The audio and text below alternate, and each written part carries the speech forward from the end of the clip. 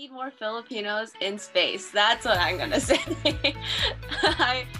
Whenever I do see Filipinos who are interested in space, I love to see it because I don't know. I feel like it's something that's super niche, and also the fact that like we can bond that we're Filipinos and that we love space together. But that'd be the one thing I would say. My name is Lacson. I just graduated mechanical engineering in June 2020, and then now I work for this company called MDA Space, and they are they're a space company that works on the Canadarm3 now, and also stuff for the Lunar Gateway that's upcoming with the Artemis missions. And then on the side, we also work on maintaining things on the International Space Station. So my job is to work with the Canadarm2. It was when I was 15. I didn't always want to. I guess like I always had like some kind of interest in space, but I didn't know I wanted to pursue a career until I was in grade 10, and I was going into grade 11. And in Canada, they want you to align your classes in high school towards your university, whatever you want to do in university. And so I knew I wanted to do something in STEM, so it was definitely science and math wise. And then after, it was weird. I went camping, and I've never gone camping before, and I immigrated to Canada in 2004.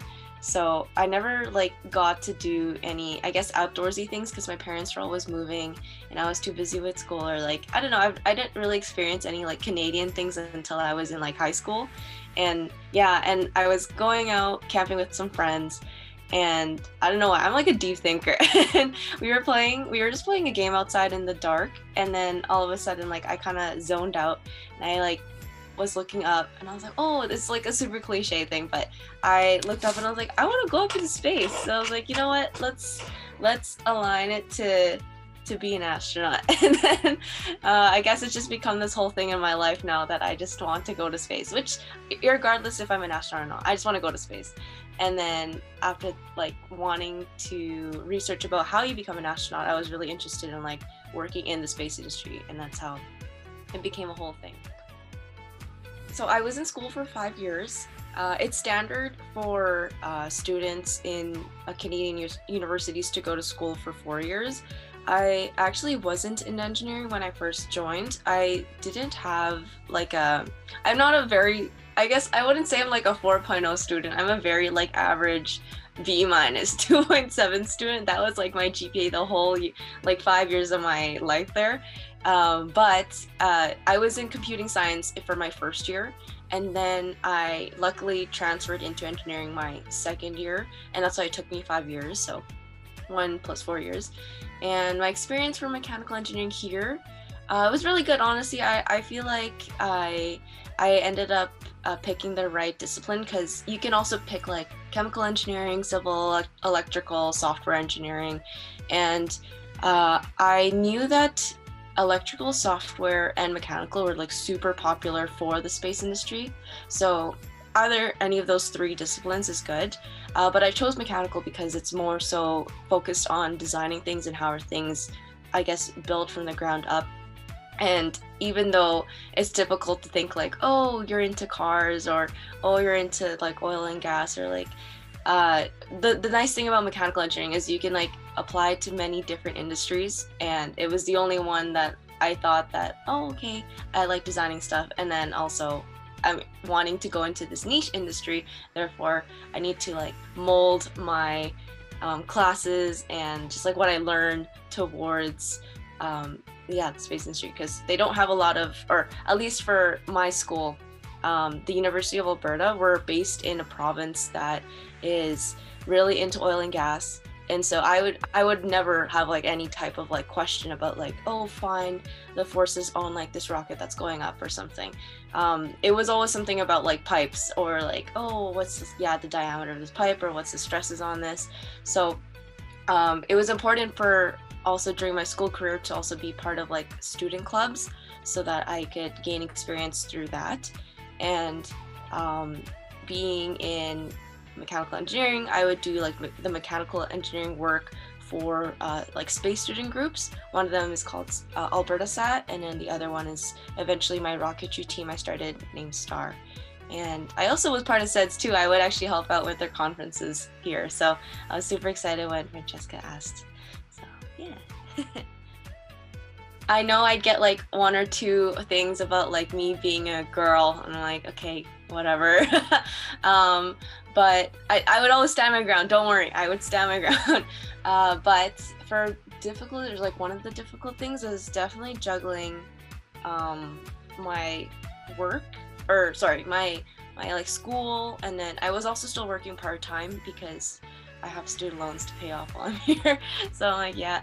And then also wanting to still, you know, hang out with friends and have like a social life.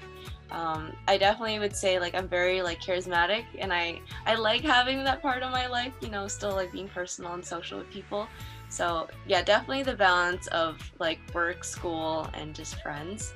But you know, it's doable when you have friends who are in the same program as you, and then you all struggle together, which is nice.